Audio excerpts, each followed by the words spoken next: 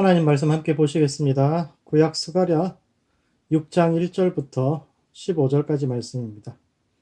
구약 스가랴 6장 1절부터 15절 말씀 제가 읽어드리겠습니다. 내가 또 눈을 들어본즉 내 병거가 두 산 사이에서 나오는데 그 산은 구리 산이더라. 첫째 병거는 붉은 말들이, 둘째 병거는 검은 말들이, 셋째 병거는 흰 말들이, 넷째 병거는 아롱지고 건장한 말들이 메었는지라. 내가 내게 말하는 천사에게 물어 이르되 내 주여 이것들이 무엇이니까 하니 천사가 대답하여 이르되 이는 하늘의 내 바람인데 온 세상이 주 앞에 서 있다가 나가는 것이라 하더라. 검은 말은 북쪽 땅으로 나가고 흰 말은 그 뒤를 따르고 어룽진 말은 남쪽 땅으로 나가고 건장한 말은 나가서 땅에 두루 다니고자 하니 그가 이르되 너희는 여기서 나가서 땅에 두루 다니라 하매 곧 땅에 두루 다니더라. 그가 내게 외쳐 말하여 이르되 북쪽으로 나간 자들이 북쪽에서 내 영을 쉬게 하였느니라 하더라. 여호와의 말씀이 내게 임하여 이르시되 사로잡힌 자 가운데에서 바벨론으로부터 돌아온 헬데와 도비아와 여디아가 스바냐의 아들 요시아의 집에 들어갔나니 너는 이날에 그 집에 들어가서 그들에게서 받되 금과 금을 받아 면류관을 만들어 여호사닥의 아들 대제사장 여호수아의 머리에 씌우고 말하여 이르기를 만군의 여호와께서 이같이 말씀하시되 보라 싹이라 이름하는 사람이 자기 곳에서 돋아나서 여호와의 전을 건축하리라.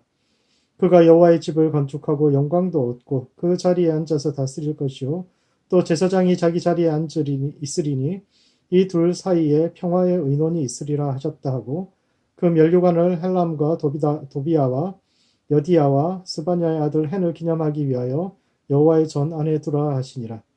먼데 사람들이 와서 여호와의 전을 건축하리니 만군의 여호와께서 나를 너희에게 보내신 줄을 너희가 알리라. 너희가 만일 너희 하나님 여호와의 말씀을 들을진대 이같이 되리라. 아멘. 일반적으로 예언이라 하면 개인의 기륭화복을 점치는 것으로 이해합니다. 이사를 해야 하는데 손 없는 날이 언제인지, 어느 쪽으로 가야 귀인을 만나는지와 같이 그런 이야기들을 예언이라고 하고 그런 관점에서 성경의 예언서들을 이해하려고 하지만 성경의 예언은 그런 개념들이 아닙니다. 성경에는 오늘날 우리가 이해하는 예언과 관련하여 두 가지 흐름이 있는데 한 가지는 왕국 시기에 이스라엘의 왕국 시기에 말씀을 지키면서 왕들을 견제하고 백성들을 보호하기 위해 싸운 이들의 사회 비판 운동을 일컫는 것이 이제 예언 운동입니다. 이때 예언이라는 것은 맡을 예자를 써서 하나님의 말씀을 맡은 자, 즉 말씀을 지키는 자라는 뜻이요. 실제로 그런 점에서 예언서의 90%는 율법을 기반으로 해서 잘못된 현실을 비판하는 것이고 단지 10%의 말씀만이 다가오는 미래에 대한 예고인데 그 예고 역시 막연하게 닥쳐오는 어떤 미래나 운명, 우리가 바꿀 수 없는 어떤 운명에 대해서 이야기하는 것이 아니라 율법을 지키지 않을 때 따라오는 결과로서의 심판에 관한 이야기를 하고 있습니다. 그리고 이와 예언운동이 끝나고 난 뒤에, 즉 나라가 망하고 낯선 땅에서 포로로 살아가던 시절 이스라엘 백성 사이에서 새롭게 일어난 영적 운동이 이제 묵시 운동인데, 묵시 혹은 계시라는 것은 어둠에 감춰져 있던 것들이 빛 가운데 드러난다라는 뜻입니다. 묵시의 기본 개념은 이 땅의 운명은 하늘 궁전의 결정에 따라 달려 있으며 하늘의 결정이 내려지고 이 땅에 그것이 실현되기까지는 약간의 시간이 필요한데 묵시 운동가들은 그 사이에 그 갭 사이, 즉 하늘에서 결정은 내려졌지만 아직 이 땅에서 이루어지지 않은 그 시기에 하늘의 비밀, 하늘의 결정을 미리 본 사람들이요, 그들이 기록한 글들을 이제 묵시 문학이라고 하는데 대표적으로 이제 다니엘이나 스가랴 같은 책들을 뜻합니다.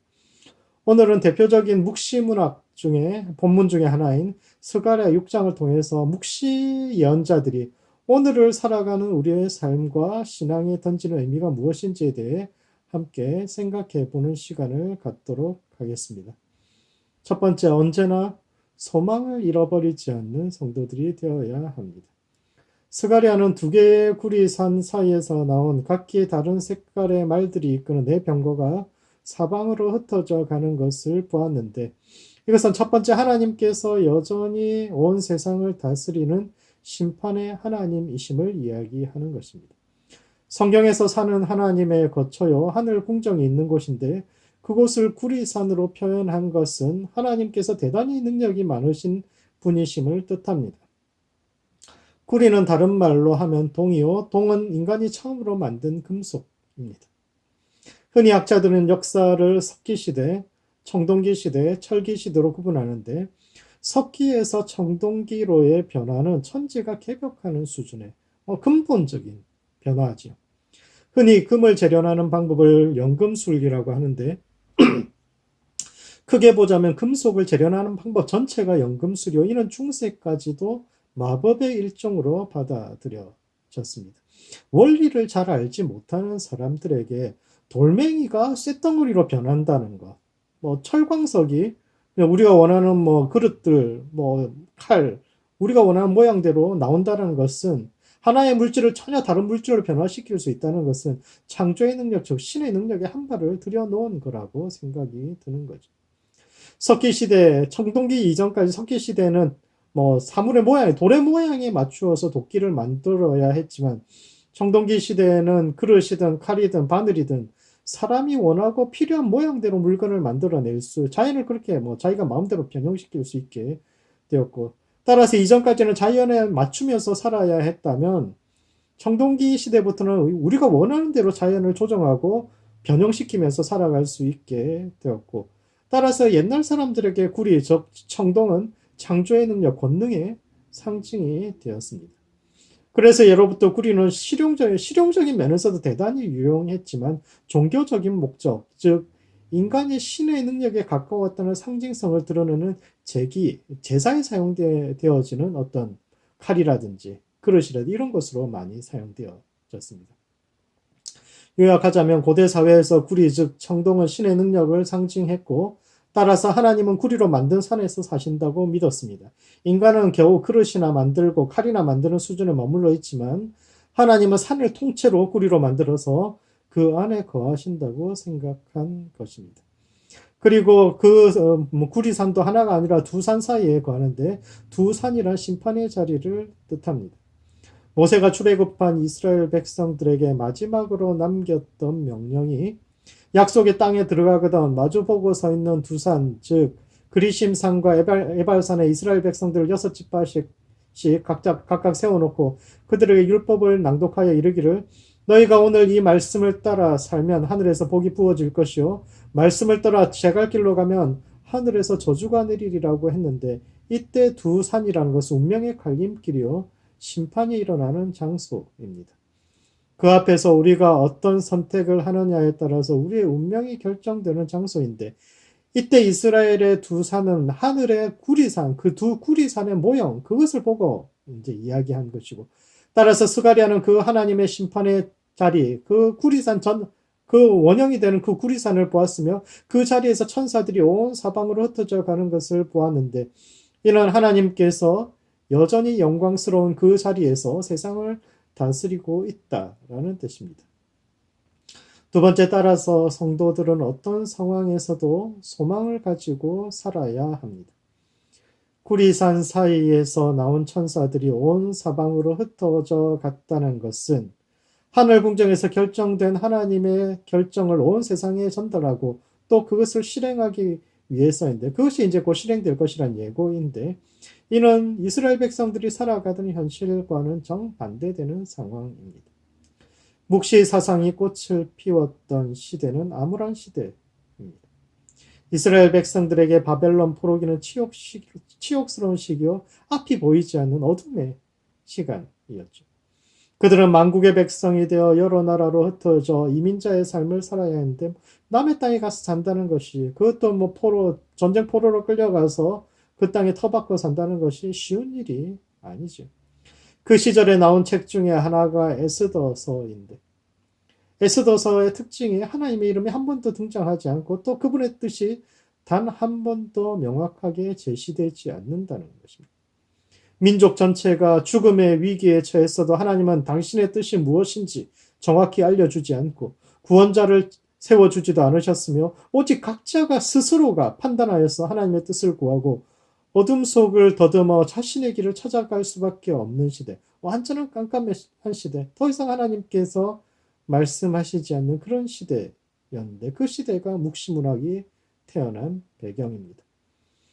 더 이상 하나님께서 직접적으로 말씀하시지 않는 시대, 그 뜻을 명확히 발견할 수 없는 회색지대와 같은 시대, 그리고 현실은 여전히 어둠으로 가득한 그 시대의 묵시문학가들은, 스가랴 같은 사람들은, 다니엘 같은 사람들은 보이지 않아도 하나님께서 여전히 거기 계시다라고 이야기합니다. 하나님은 빛나는 두 구리산 사이에서 여전히 옳고 그름을 판단하시는 심판자로 살아계시며 이미 그분의 천사들이 온 세상으로 흩어져 가고 있습니다. 제국의 궁전에서 결정된 일들이 기별꾼들을 통해 알려지고 곧 실행되듯이 하늘 궁전에서 하나님의 뜻이 이제 전달되기 시작했기 때문에 이 땅에 사는 성도들은 두려워하지 말고 기쁨으로 새로운 시대를 맞을 준비를 하라는 뜻입니다. 그러므로 우리는 언제나 희망의 사람으로 남아야 합니다. 세상이 어두울수록 우리는 더욱 눈을 들어 하늘을 바라보고, 그리고 이 땅에 일어나고 있는 그것이 실제가 아니라 저 하늘에서 벌어지는 그 일이 실제인데 진짜의 실제를 볼 수 있는 그런 영적 눈을 가진 모든 성도들 되시기 바랍니다. 두 번째, 우리는 흐르는 강물처럼 유연하게 그러나 쉼없이 흐르는 성도가 되어야 합니다. 스가랴 6장 후반부에는 바벨론에서 돌아온 사람들로부터 받은 예물로 면류관을 만들어 제사장 여호수아에게 씌우고 싹이라는 사람이 돋아나 여호와의 전을 건축한 후 다스릴 것이며 그와 제사장 사이에는 평화의 의논이 있으리라고 기록되어 있는데, 이것은 첫 번째 정치와 종교의 올바른 관계, 정치와 종교의 균형에 대해 이야기하고 있습니다. 사실 11절은 논란이 생각해 볼 거리가 있는데, 대부분의 사본은 제사장 여호수아에게 면류관을 씌우라고 되어 있지만 공동 번역에서는 스알티엘의 아들 스룹바벨에게 면류관을 씌우라고 되어 있기 때문입니다. 그렇다면 과연 당대의 스가랴가 면류관을 씌웠던 사람은 누구일까요? 제사장인 여호수아였을까요? 아니면 다윗의 후손이자 유대 총독이었던 스룹바벨이었을까요? 제가 개인적으로 판단하기에 전후 문명을 살펴봤을 때는 스룹바벨이었을 가능성이 크다고 생각합니다. 이어지는 내용들을 볼 때 그 싹이라는 사람은 성전을 세우고 이스라엘을 다스릴 것인데, 싹이란 말 자체가 다윗 왕가의 재건을 상징하는 말이요. 따라서 스룹바벨이, 다윗의 후손이 스룹바벨이 면류관을 쓰는 것이 더 합당하다고 판단되어집니다. 그렇다면 왜 대다수 본문에서는 스룹바벨이 아닌 제사장 여호수아라고 기록되어 있을까요? 스룹바벨은 다윗 왕가의 후손으로 페르시아 제국이 파견했던 초대 유대 총독이었습니다.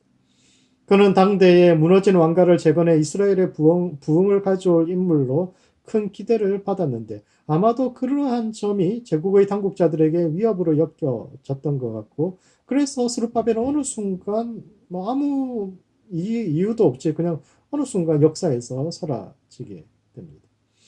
그리고 이런 사람들은 살아서 백성들의 구심점 역할을 하는 것도 무섭지만 죽어서 순교자로 남으면 오히려 더 큰 이름과 더 문제가 되기 때문에 그와 관련된 기록이 대부분 삭제된 듯 합니다.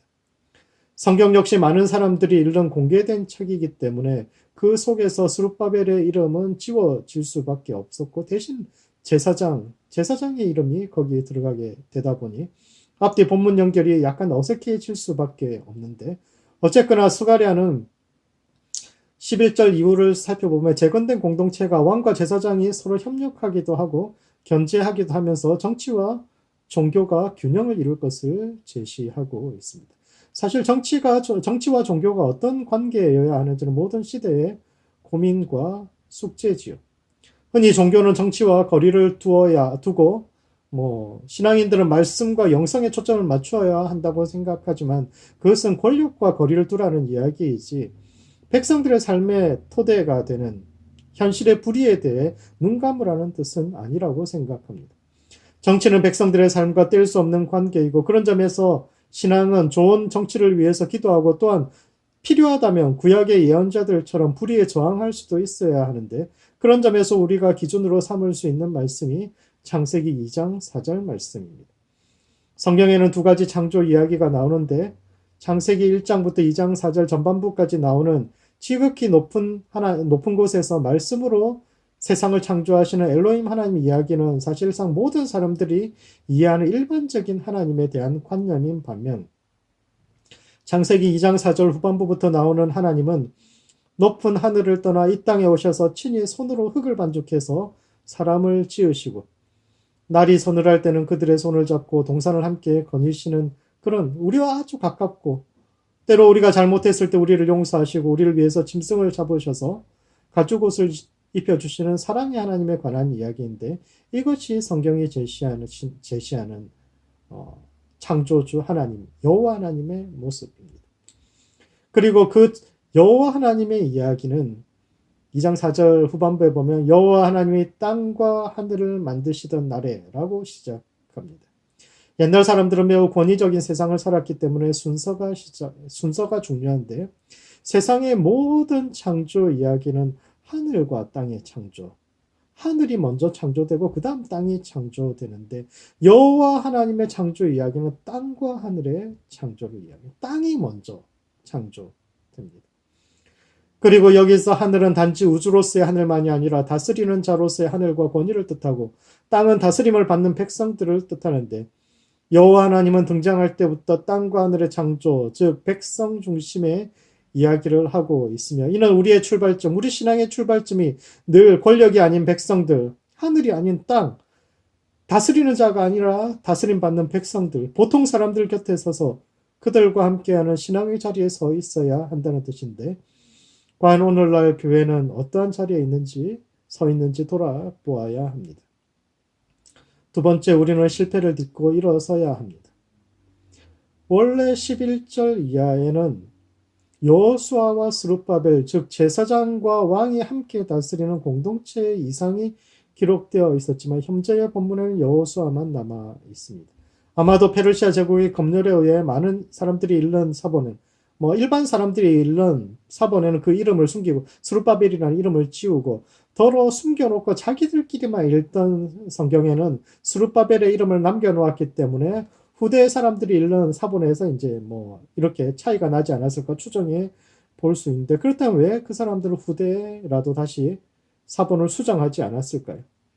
당대에 검열이 있었다 할지라도 시간이 지나 후대에는 본문을 복원해서 보다 매끄럽게 만들 수 있었을 텐데 왜 그들은 수치스러운 검열의 기록을 그대로 남겨놓았을까요? 왜냐하면 그것도 그들이 지나온 길이기 때문입니다. 역사는 강물과 같은데 흐르는 강을 가만히 살펴보면 강은 직선으로 흐르지 않고 이리저리 흔들리고 굽이굽이 흐릅니다. 왜 강물은 목적지인 바다까지 최단 거리인 직선으로 흐르지 않고 굽이쳐 흐르는 걸까요? 아마도 강의 목적은 최단 시간에 바다에 도달하는 것이 아니라 더 많은 땅을 가로지르며 더 많은 사람들과 더 많은 동식물들에게 생명을 전하는 것이기 때문일 것입니다. 이와 같이 역사가 직선으로 흐르지 않는 이유 역시 조금 더디 가더라도 더 많은 사람들이 그 물결에 동참하여 함께 하나님 나라를 세우게 하기 위함이요. 수치스러운 역사를 그대로 둔 이유 역시 그렇게 후퇴하고 굽이쳐 흘렀음에도 불구하고 역사는 마침내 가고자 했던 그 목적지에 도달했음을 우리에게 알려주기 위해서라고 생각됩니다. 그러므로 굽이쳐 흐르는 것을 두려워하지 않는 성도들 되시기 바랍니다. 빨리 가는 것이 인생의 성공을 뜻하지 않습니다. 오히려 이리저리 굽이쳐 흐르면서 다양한 일들을 경험하고 다양한 사람들을 만나면서 우리의 인생이 완성되어 갑니다. 좋은 날만 계속되고 꽃길만 걷는 것이 복된 삶이 아니고 오히려 굽이쳐 흐르면서 역사가 뒷걸음질 치는 것도 보고 하나님의 명백한 뜻이 숨겨져야 하는 오역의 과정도 겪지만 그럼에도 불구하고 마침내 수많은 물줄기들이 합쳐져서 바다에 도달하듯이 소수의 선각자들에 의해서가 아니라 각자의 자리에서 포기하지 않고 날마다 조금씩 앞으로 걸어갔던 수많은 보통 사람들에 의해 하나님 나라가 이루어지고 마침내 우리 모두가 함께 역사의 주님을 찬양하는 그날이 반드시 올 것입니다. 말씀을 정리하겠습니다.